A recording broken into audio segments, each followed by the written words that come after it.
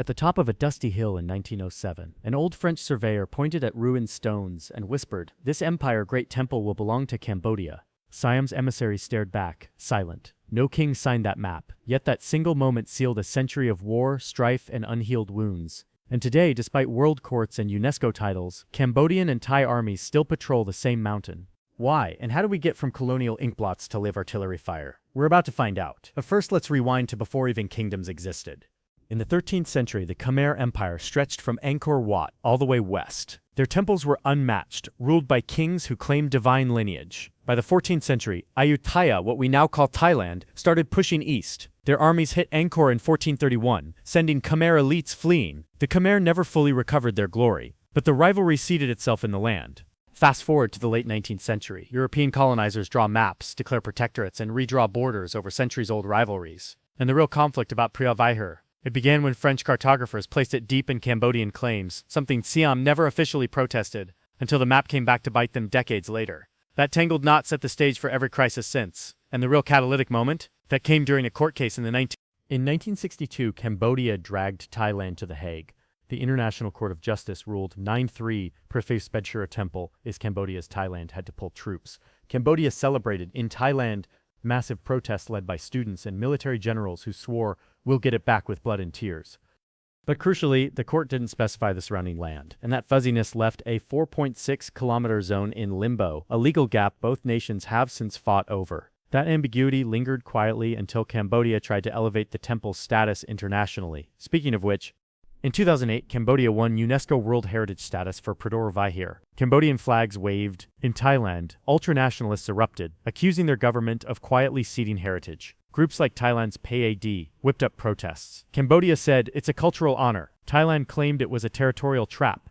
Troops massed, bullets flew, small villages emptied. From 2008 to 2011, artillery shelling killed dozens. 19 Thai soldiers, 16 Cambodian soldiers, a handful of civilians, and tens of thousands were displaced. Schools and temples were abandoned in the heat of cross-border fire.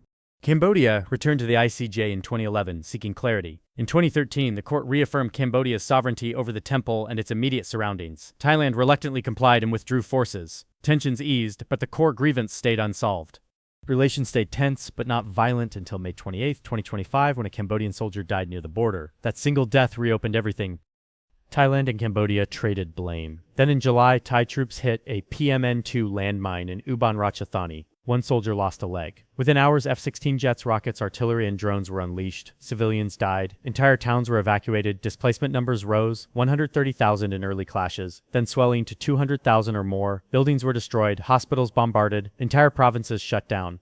Politics complicated everything. Cambodian PM Hun Manet is the son of Hun Sen, who had long wielded nationalist rhetoric on this issue. Thailand's PM Paetongtarn Shinawatra, daughter of Thaksin, became embroiled in scandal. A leaked phone call with Hun Sen triggered accusations she'd betrayed national trust. She was suspended. Nationalist outrage surged again. After 5 intense days of death and displacement, ASEAN chair Malaysia stepped in. Talks held in Kuala Lumpur produced an unconditional ceasefire. US President Trump reportedly backed it with threats of trade tariffs. Malaysian PM Anwar Ibrahim brokered the deal. Cambodian PM Hun Manet expressed hope, while Thailand's acting PM Phumtham sounded more skeptical, worried about violations and civilian risk. Diplomacy remains uneasy. Cambodia is pushing a new case at the ICJ over disputed zones, while Thailand refuses to recognize the court's jurisdiction this time, insisting on bilateral talks. The old 4.6-kilometer legal loophole still smolders. Borders remain undeclared in spots. Trust is still broken. What's next? A diplomatic thaw or another flare-up? That final turn is still unwritten. This whole fight isn't just about land, it's a battle over identity. Cambodians view Preah Vihear as art, worship, and national pride, all wrapped in the glory of the Khmer Empire. Losing it would tarnish their heritage. Thailand sees it as territory carved out by colonial overreach, and nationalist groups link it to stolen land. Both sides have accused the other of claiming copyrights on culture, religion, even martial arts like Kun Khmer versus Muay Thai.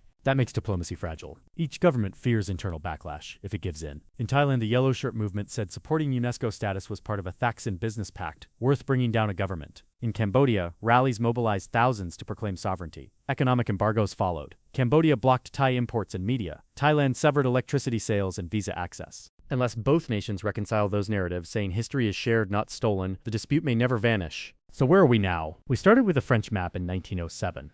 That ink smudge turned into a war of law in 1962, nationalist fights in 2008, and live artillery in 20. Borders remain blurry. Temples stand haunted. Political families still trade insults across calls. The ceasefire feels temporary. The court's rulings are still disputed. Every year more people are displaced, and still the same question echoes. Will Cambodia and Thailand ever see Preah Vihear? Not as a battlefield, but as a bridge? One thing is clear, until both sides rewrite the script of identity and sovereignty, every monsoon season could bring rocket fire again. That's the story so far.